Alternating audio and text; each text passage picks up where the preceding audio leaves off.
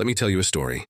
Not just some dry historical rundown you'd find in a user's manual, but a living, roaring diesel and dust epic about one of the most legendary off-roaders on Earth, the Toyota Land Cruiser.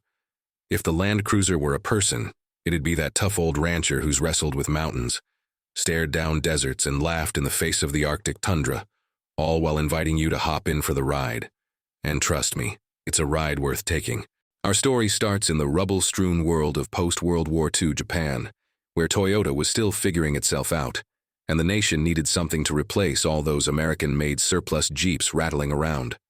The Japanese government was itching for a homegrown 4x4, something tough enough to handle rough roads, serious climbs, and the watchful eye of the U.S. occupation forces.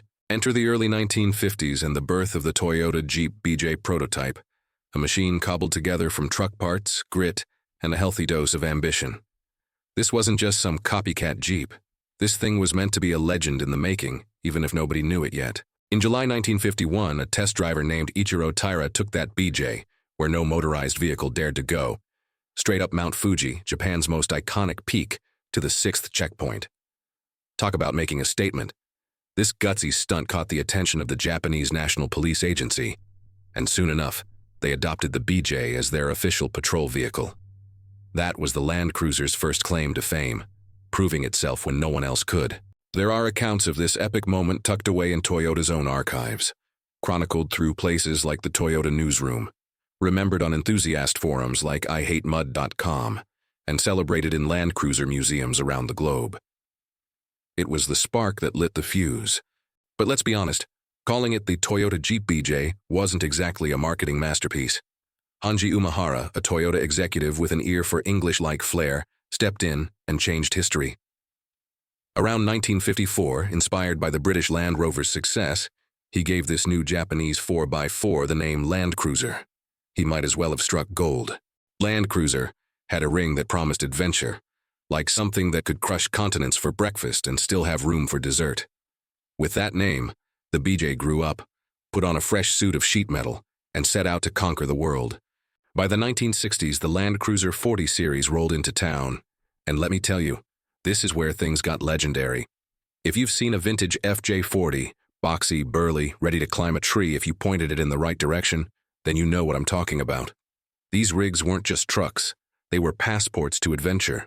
From the deserts of the Middle East to the backwoods of the American Rockies, the 40 series proved itself tougher than a $2 steak.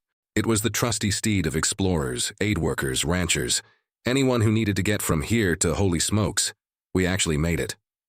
Behind the scenes, outfits like Araco Corporation, which later merged into Toyota Auto Body, were helping build Land Cruiser bodies, ensuring quality and consistency as Toyota's global footprint exploded. This was a team effort. Toyota's relentless engineers and its dedicated suppliers churned out vehicles so tough, you'd think they were carved from a slab of granite. As the 60s and 70s rolled on, Toyota realized the world needed more than just a Spartan off-road bruiser. It needed something that could tackle remote trails by day and still coddle your family at night. Hence, the 50 and 55 series were born, blending toughness with enough comfort to make long journeys civilized. By the time the 60 series arrived in the 80s, Land Cruisers were wearing nicer interiors, adding coil suspensions on some models, and generally easing up on your backside during those long hauls. The Land Cruiser began carving out a niche as a premium SUV long before that term was a marketing fad. Don't think for a second that Toyota went soft, though. In 1984, the introduction of the 70 series ensured that the hardcore DNA was alive and well. Used by everyone from African safari guides to Australian outback explorers, the 70 series is the Land Cruiser equivalent of a gym rat who refuses to retire. In some corners of the globe, you'll still find these brutes hauling supplies, rescuing stranded travelers, and outliving harsh conditions that would chew lesser vehicles to shreds. The 80 series, introduced in 1990, was like slipping your favorite off-road beast into a tailored suit. It kept the Land Cruiser's legendary grit but added a whole new level of comfort and tech. Coil-sprung suspension, safer cabin features, hello airbags, and a more refined interior made it equally happy blasting across a desert track or navigating city streets. Yet it didn't lose an ounce of that signature toughness. Solid axles, in many markets, and advanced four-wheel drive systems meant the 80 could claw its way through just about anything.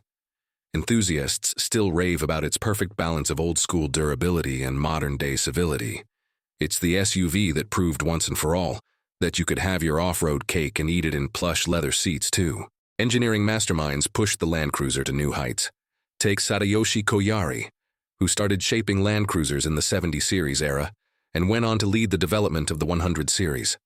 Under his watchful eye, the Land Cruiser added luxury and technology without losing its off-road soul. The 100 series, debuting in 1998, brought independent front suspension, more comfort, and a heap of new gadgetry. Yet if you wanted to tackle a gnarly trail, it'd still say, "Hold my sake and watch this."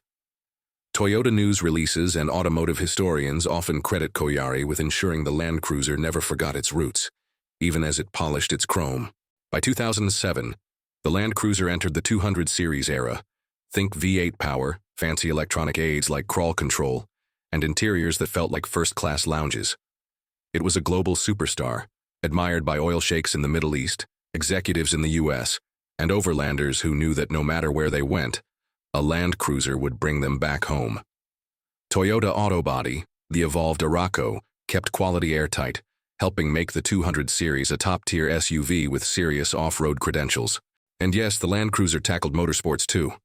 While not as flashy as rally cars, specially prepped Land Cruisers have triumphed at the Dakar Rally and the famous Baja 1000.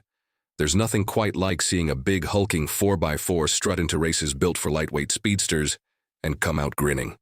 These accomplishments are proudly noted by enthusiasts and are a testament to the brand's unstoppable engineering. Fast forward to the 2020s, and we get the 300 series. Lighter, more efficient, boasting new turbocharged V6 engines instead of the old V8s, and packed to the gills with safety and tech. Some might have winced at the loss of 8 cylinders, but the new Land Cruiser shrugs and says, "Trust me, I've still got this." And it does. The 300 series can climb mountains, cross deserts, and slip into a fancy restaurant's valet parking line without anyone batting an eye. And if you crave ultra-luxury, the Lexus LX 600 variant is right there, a Land Cruiser in a tuxedo, waiting to show up rivals who dare claim they have something better. From the BJ conquering Mount Fuji to the 300 series leading the brand into a high-tech future, the Land Cruiser's story is one of relentless evolution, without ever letting go of its unwavering reliability. In a world where most cars fade into obscurity, the Land Cruiser stands tall, a global icon that's as at home scaling mountains as it is cruising highways. It's not just another SUV. It's a lifelong companion that shrugs off the impossible and always comes back for more. Toyota, let's go places.